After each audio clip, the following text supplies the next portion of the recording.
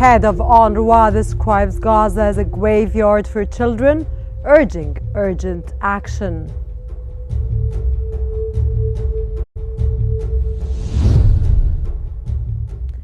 Lebanon's president stresses national unity and insists only the state will control weapons.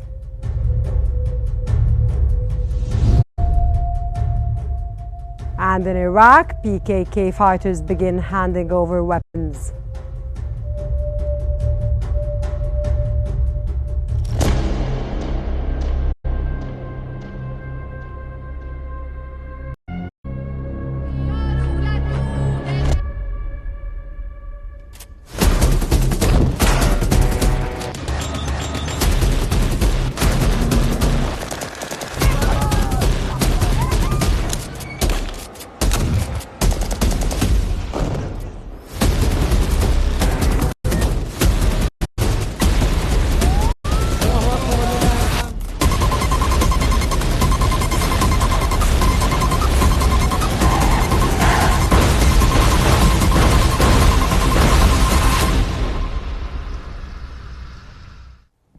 The head of UNRWA has described Gaza as a graveyard for children and the starving, urging immediate action to prevent further chaos and suffering. UNRWA Commissioner General Philippe Lazzarini said time is running out for Gaza's population as food and medicine supplies are nearly exhausted. He warned there are no space or safe places left in the enclave, and inaction will lead to further chaos. Lazzarini's remarks come and intensified and deepening humanitarian crisis across the Gaza Strip.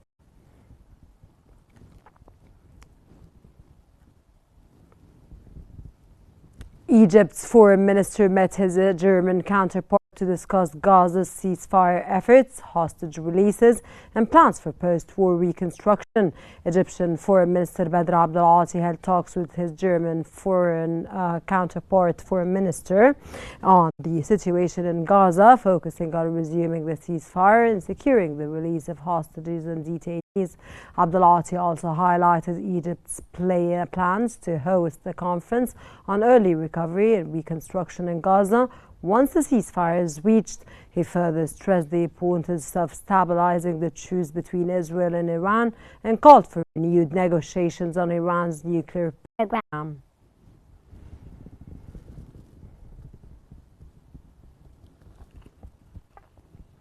Israeli Army radio says 890 soldiers have been killed since the start of the war on Gaza as Israel continues its intense assault on the Strip. Israel's military campaign on Gaza remains unprecedented, with air, land and sea attacks targeting the enclave. The ongoing offensive has left thousands dead and wounded, most of them women and children. Meanwhile, Israel has confirmed that 890 of its soldiers have been killed since fighting began, highlighting the heavy toll on both sides.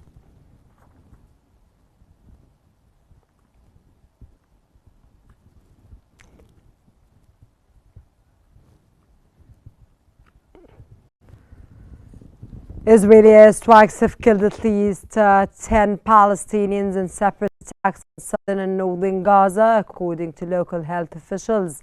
Nasser Medical Complex in Gaza reported 2 deaths after an Israeli airstrike hit the Satr area northwest of Khan Yunis in southern Gaza. In another attack, 8 Palestinians were killed and several others injured when Israeli forces targeted Halima al-Saadiyya school in Jabalia al-Balad in northern Gaza. The strike come amid ongoing heavy bombardments across the Strip.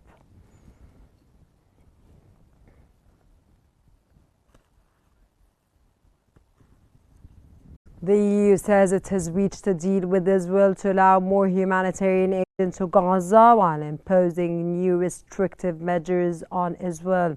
EU Foreign Policy Chief Kaja Kallas announced an agreement with Israel to facilitate humanitarian aid delivery into Gaza. The measures include trade benefits for aid access, but also an arms embargo and a decision to deny Israel access to the EU's Horizon Reach Research funding program. The EU says the steps aim to balance support for civilians in Gaza while increasing pressure on Israel over its military actions. Multilateral trading system. Distance that we have. The United Nations says nearly 800 people have been killed at or near 8 sites in Gaza, raising concerns over the safety of humanitarian operations. According to the United Nations, at least 798 people have been killed at or near Gaza aid distribution points, including 615 deaths near locations run by the US and Israeli-backed Gaza Humanitarian Foundation. The United Nations Human Rights Office says that the GHF's approach, using private US security firms and bypassing UN systems, is unsafe and violates humanitarian rules. The GHF has denied any incidents at its sites, while the United Nations continue to call for greater protection of civilians seeking aid.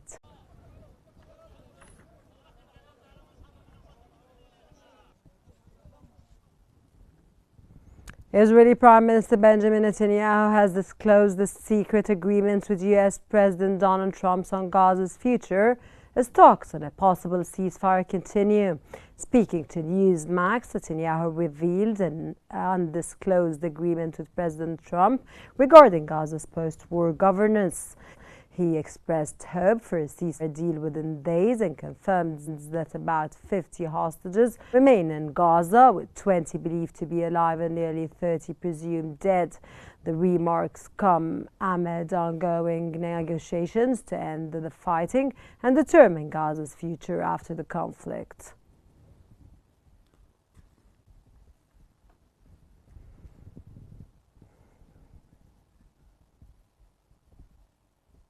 Spain's Prime Minister has called for the EU to suspend its agreement with Israel, accusing it of committing genocide in Gaza. Spanish Prime Minister Pedro Sánchez has urged the immediate suspension of EU-Israeli Association Agreement, citing what he described as Israel's genocide in Gaza. Addressing Parliament, Sánchez sharply criticized Prime Minister Benjamin Netanyahu, saying his government's actions will be remembered as one of the darkest chapters of the 21st century. Spain's position underscores growing European divisions over Israel's military campaign. Porque no puede ser socio de la Unión Europea quien pisotea sus principios fundamentales.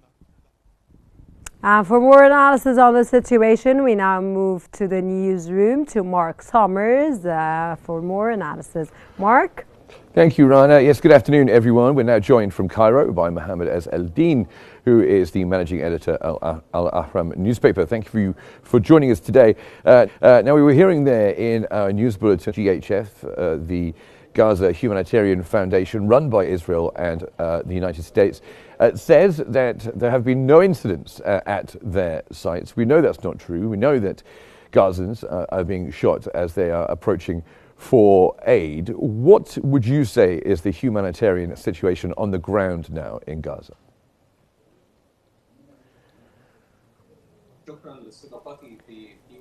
Thank you so much for having me on Qnews. Certainly what is being stated by the GHF is untrue. There has been incidents of several shootings and they were actually, there are footage to prove that, and there are troops waiting for seekers to shoot them, in addition to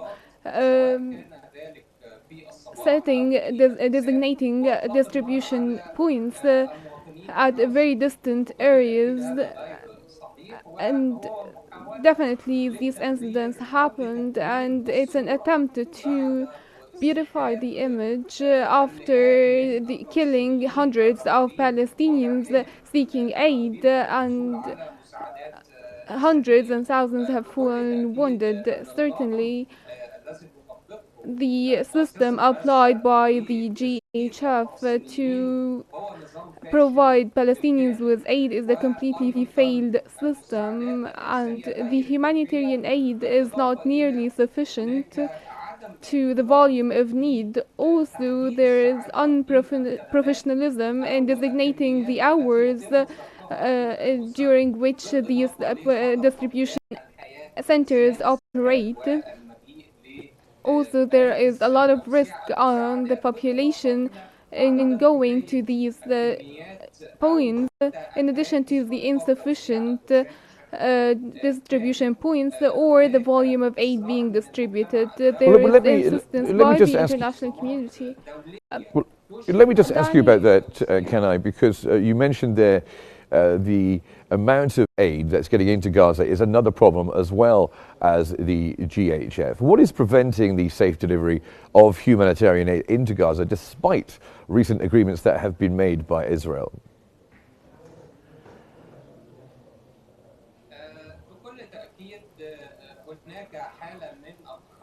Of course, there is a state of confusion regarding the GHF, in addition to the complete military intervention by the Israeli troops and the US side regarding the intelligence or providing info to the Israeli military. Here is all about the unprofessionalism of this organization to provide aid, the lack of expertise, and the insufficient volume of aid. Also exposing the lives of civilians to risk during obtaining aid. They fall either killed or wounded.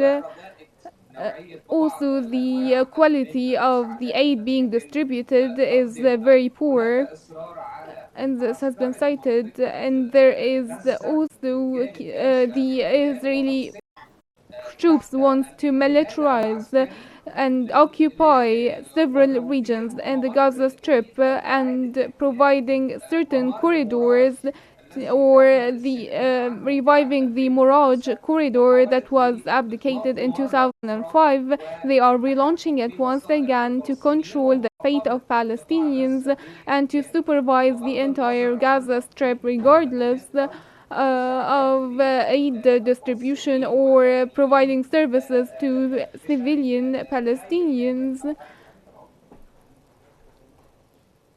Okay, and could you tell us perhaps what are the or if there are ever going to be any legal or even diplomatic consequences that Israel could face following the UN statements about attacks on Gazans as they're trying to get to aid sites? Hungry people trying to visit these aid distribution centers are being killed, as we've both talked about. Are they ever going to get anything happen to Israel as a result of this?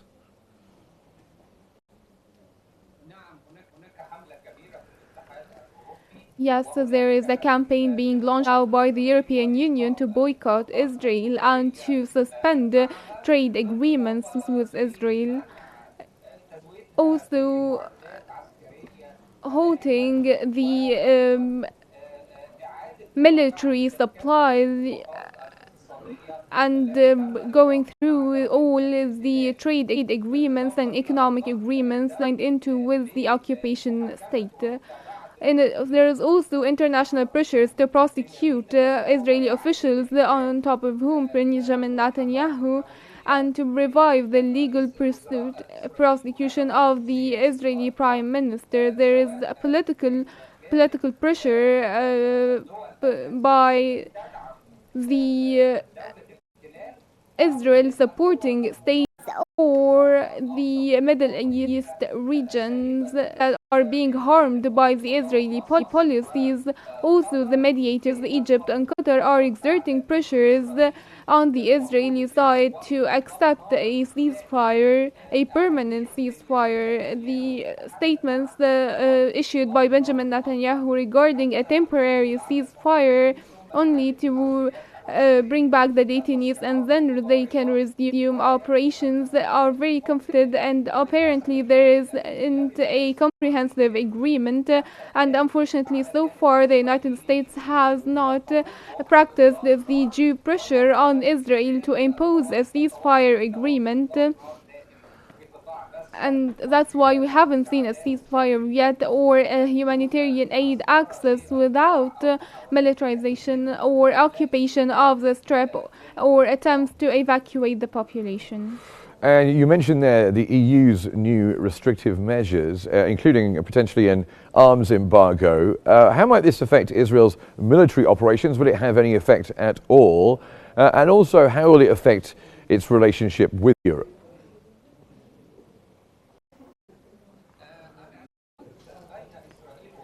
The relations between Israel and Europe has been ongoing, but there is a popular efforts being popular pressures being exerted against the European governments that are forcing politicians to give in to this domestic pressures. The Israeli practices in Gaza and in Palestine in general is way out of humanitarian frameworks, and consequently all of the agreements, or most agreements, are now around being threatened, as politicians have to answer to the public opposition in their countries. Of course, a weapon embargo will impact the occupation state drastically, and since October 7th, the Israeli economy has been very affected in spite of the US support, and the Israeli trade was very impacted by this. That's why the opposition inside Israel, in addition to the domestic pressures by the families of detainees, are now seeking a ceasefire and to bring back the detainees. Of course, the international pressure and the European pressure on Israel will have an economic and political impact.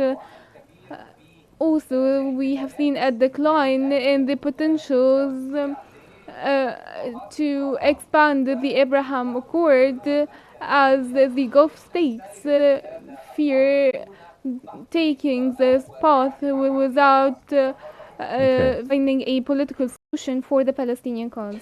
Well, thank you very much, Mohammed Az Al-Din, Managing Editor of Al-Ahram newspaper. Thank you very much for joining us here on Qnews for your input. And it's back to you, Rana.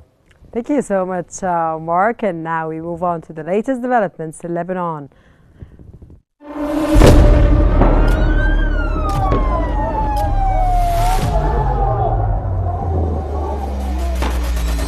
كل المستهدفين هن مدنيين. وضع شيء مرعب، شيء بيخوف.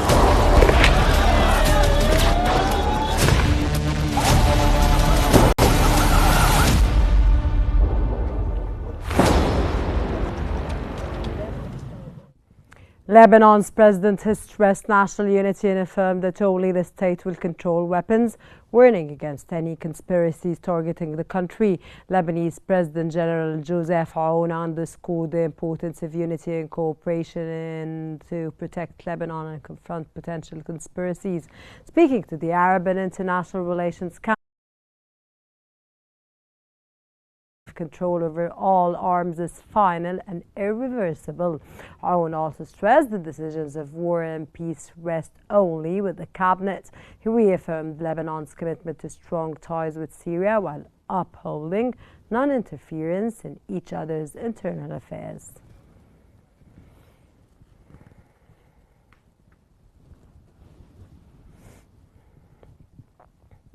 Lebanese media say Israeli forces crossed over 800 meters into southern Lebanon with a drone dropping a stun grenade near civilians. According to Lebanese media, Israeli forces advanced more than 800 meters into Lebanese territory near the southern town of Blida. The troops reportedly crossed the border and moved deep into the area. Meanwhile, an Israeli drone dropped a stun grenade near civilians in Qnews, also in southern Lebanon. No injuries were reported in either incident.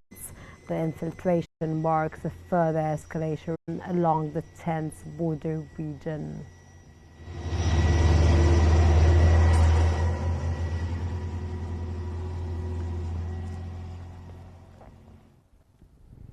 Israeli drone strikes in southern Lebanon have killed one person and damaged vehicles as tensions rise along the border.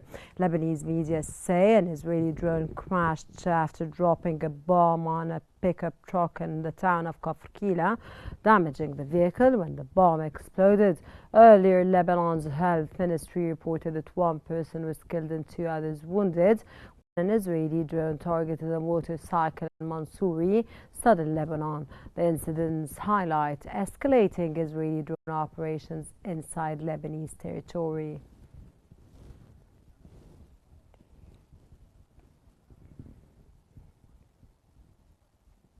Israeli forces advanced into Lebanese territory near Majidiyah and Blida, opening fire at shepherds and demolishing homes.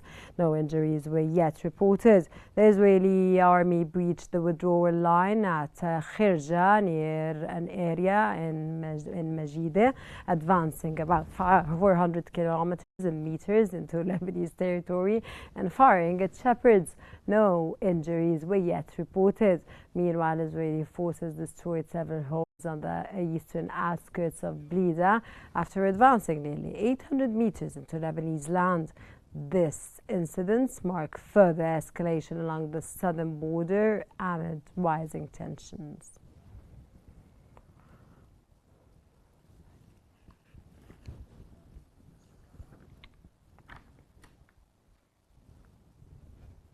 And moving on to Iraq, PKK fighters began handing over weapons near Iraq, a symbolic move.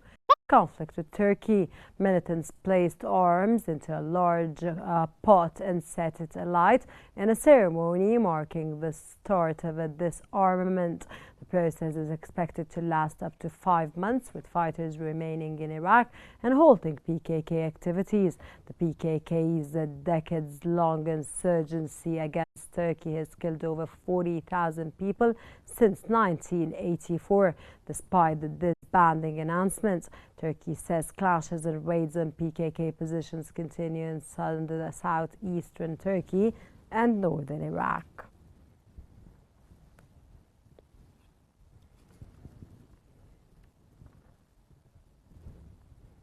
Iran has accused Israel of war crimes at the United Nations, saying attacks on civilians and nuclear sites killed over 1,000 people and violated international law. Iran's UN envoy Amir Saeed Iravani sent a letter to Secretary General Antonio Guterres and the Security Council President condemning Israel's attacks on Iranian civilians, infrastructure and peaceful nuclear facilities, blatant violations of international law and war crimes. The letter reported 1,100 civilians killed, including 132 women and 45 children, and more than 5,700 others injured. Iran said these acts breach the UN Charter, international law, and the Geneva Conventions.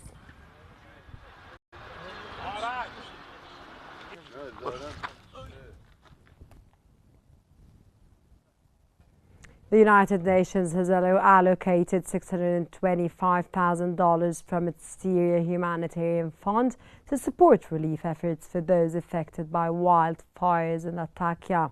UN Humanitarian Coordinator in Syria, Adam Abdulmullah, announced that $625,000 has been allocated from the Syrian Humanitarian Fund to assist people affected by recent wildfires in Latakia's countryside. The fund aims to support urgent response efforts and provide critical aid to residents impacted by the forest fires in northwestern Syria.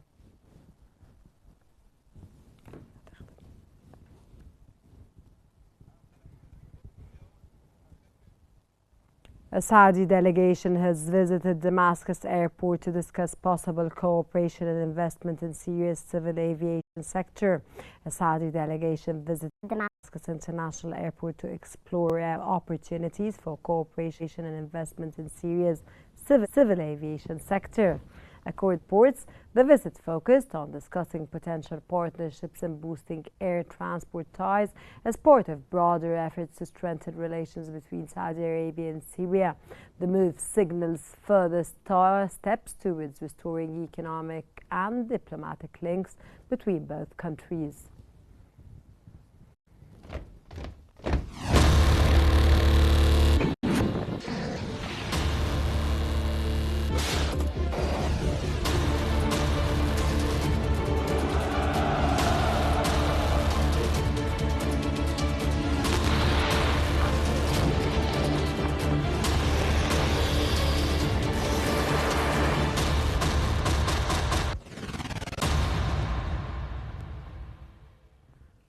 The Kremlin said Friday it expects Ukraine to propose dates for new talks after recent meetings resumed following a 3-year pause. Moscow and Kyiv held face-to-face talks in Istanbul on May 16 and June the 2nd, leading to several prisoner exchanges and return of fallen soldiers' bodies. The Kremlin said it is now rather waiting for Ukraine to suggest dates for further negotiations, signaling cautious optimism about continued dialogue despite ongoing conflict.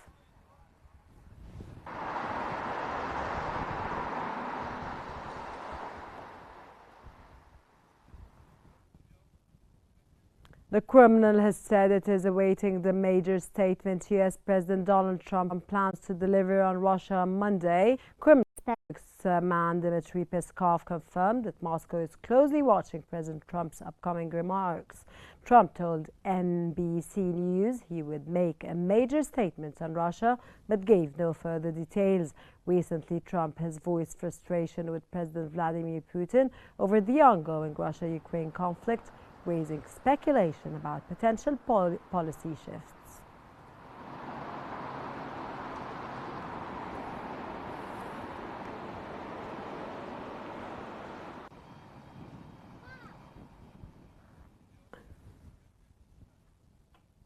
A new Dubai restaurant will feature dishes designed by an culinary model, blending technology with human creativity in the kitchen. This September, Dubai will welcome a restaurant offering dishes crafted by an AI model named Chef Ayman. Located near the Burj Khalifa, combines AI-driven flavor analysis with human expertise. Chef Ayman, trained on decades of food science and over 1,000 global recipes, designs the dishes, which are then refined by human chefs led by Reef Othman. The project aims to enhance culinary creativity without replacing human cooks.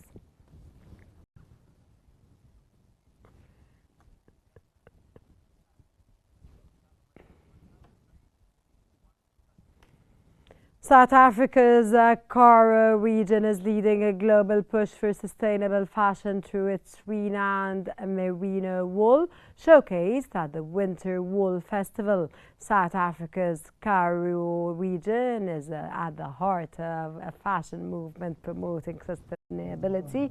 Sourced merino wool designer Lizani Vivers, who leads the Winter Wool Festival, emphasized wool's regenerative qualities and local traceability. South Africa is the world's largest supplier of sustainably certified wool and the second largest producer of apparel wool, with 70% being merino. Despite pricing challenges, government backing and strong global demand are helping position merino wool as a symbol of sustainable, conscious fashion.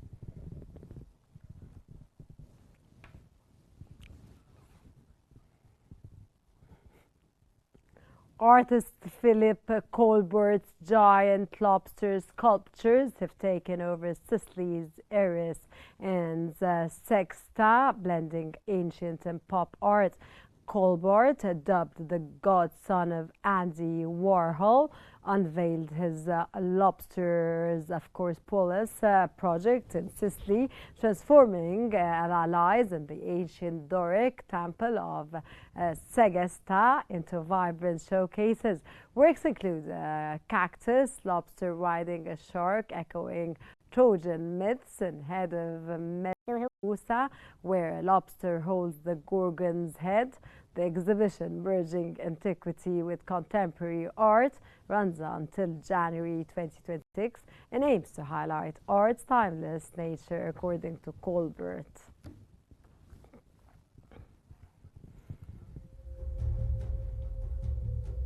That brings us to the end of our news bulletin. Here's what we have been covering. Head of UNRWA describes Gaza as a graveyard for children, urging urgent action. Lebanon's president stresses national unity and insists only the state will control weapons.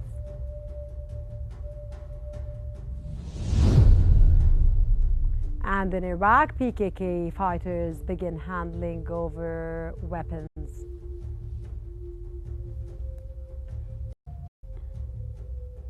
This concludes our news bulletin for the hour. Don't forget to follow Qnews on YouTube, Facebook, X, Instagram, and TikTok at Qnews EG to stay informed. Thank you very much for watching and stay tuned for more coming up here on Qnews.